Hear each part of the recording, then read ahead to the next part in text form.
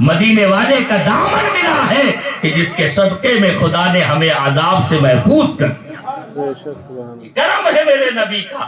لیکن یاد رکھو یہ نہیں ہے کہ یہاں بچ گئے تو وہاں بھی بچ جاؤ. یہ ضروری نہیں ہے. وہاں میرے نبی کی اگر شفاعت چاہتے ہو تو دنیا میں اپنے آپ کو نبی کا سچا عاشق بھی بنانے کی کوشش کرو. سمجھ رہے آپ؟ تو میں کیا عرض کر رہا تھا؟ ایک بات میں بتانا چاہتا تھا، ذہن سے نکل گئی. کیا بات میں عرض کر رہا تھا؟ درود پاک بن اللہم صلی علی سیدنا مولانا محمد سیدنا مولانا محمد وسلم. ہاں سیدنا و شفیعنا و مولانا محمد وبارک وسلم صلاۃ و سلام علیہ. آپ دیکھیں ذرا، ایک سیب کھایا اور وہ بھی ایسا نہیں کسی کا توڑ کے کھا لیا، بلکہ نہر میں بہتا ہوا. آپ سنتے رہتے، واقعہ سنانا مقصود نہیں. نہر میں بہتا ہوا جا رہا تھا، روزے سے کئی دن ہو گئے، فاقے پہ فاقے کر رہے تھے، بھوک سے نڈھال تھے، چلنا دوبر تھا. ایسے وقت میں تو انسان کو مردار تک کھانے کی اجازت ہوتی. ایسے وقت میں تو انسان کو کسی سے چھین کے بھی کھانے کی اجازت ہوتی ہے. اللہ اکبر. لیکن یہ غوث اعظم کے والد تھے. اللہ کھا لیا. کھانے کے بعد فوراً دل میں خیال آیا. بہرحال وہ لمبی داستان آپ سنتے رہتے ہیں. اب پہلے 12 سال خدمت کرنے کے بعد کہہ رہے اب تو معاف کر دو. کہ نہیں، پہلے اسی لڑکی سے شادی کرو. کہا حضور تیار ہوں، اب تو معاف کر دو. کہا جاؤ، معاف کر دیا، نکاح کر لیا. لیکن جب پہنچے، اللہ اکبر، دیکھا تو ایک حسین و جمیل شہزادی جسے حورے بھی تکنے کے لیے تیار ہو، ایسی حسن و جمال کی دیو پے کر بیٹھی ہوئی ہے.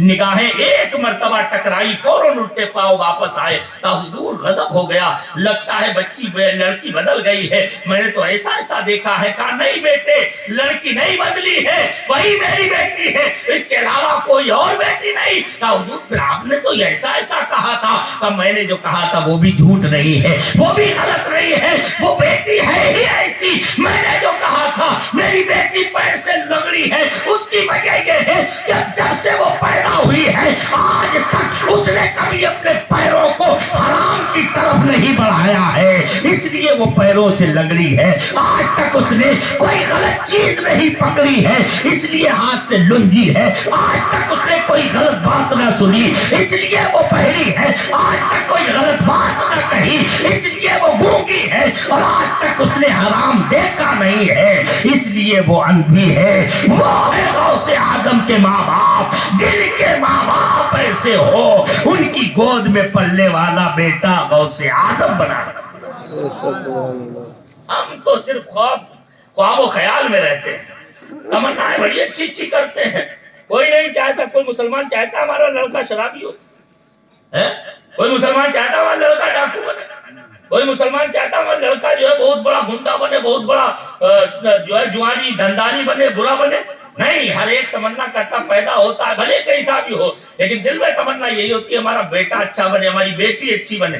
لیکن کیسے بنے گی؟ ماں باپ کو جب وہ کبھی بھی نماز پڑھتے نہیں دیکھی تو نماز پڑھنا کیسے آئے؟ عورتیں بھی سن رہی ہیں، عورتیں بھی چاہتی لڑکیاں آج کل بہت پابند بن جائیں. لوگ افسوس کر رہے ہیں کہ صاحب لڑکیاں بھاگ رہی ہیں، ہو رہا وہ ہو رہا. آپ دیکھ لیں، سروے کر کے دیکھ لیں، لڑکیاں انہی کی بھاگ رہی، انہی کے لڑکیاں ایمان سے ہاتھ دھو رہی ہیں جنہوں نے اپنے گھروں کو اسلامی ماحول میں نہیں ڈالا. اسلامی ماحول بنا دو. تمہاری لڑکی کو پتا تو ہونا چاہیے کہ جو دین ہمیں مفت میں فری میں مل گیا ہے وہ دین اتنا قیمتی ہے کہ اس کے لیے حضرت سمیہ، حضرت عمار ابن یاسر کی والدہ نے اپنی قربانی دے کے ابو جہل کے سامنے کہا تھا، ابو جہل تو ہمارا سینہ تو چیر سکتا ہے لیکن نبی کا دیا ہوا ایمان نہیں لے سکتا. یہ ہے دین اسلام. اللہ تعالی ہمیں اور آپ کو سب کو عمل کی توفیق عطا فرمائے.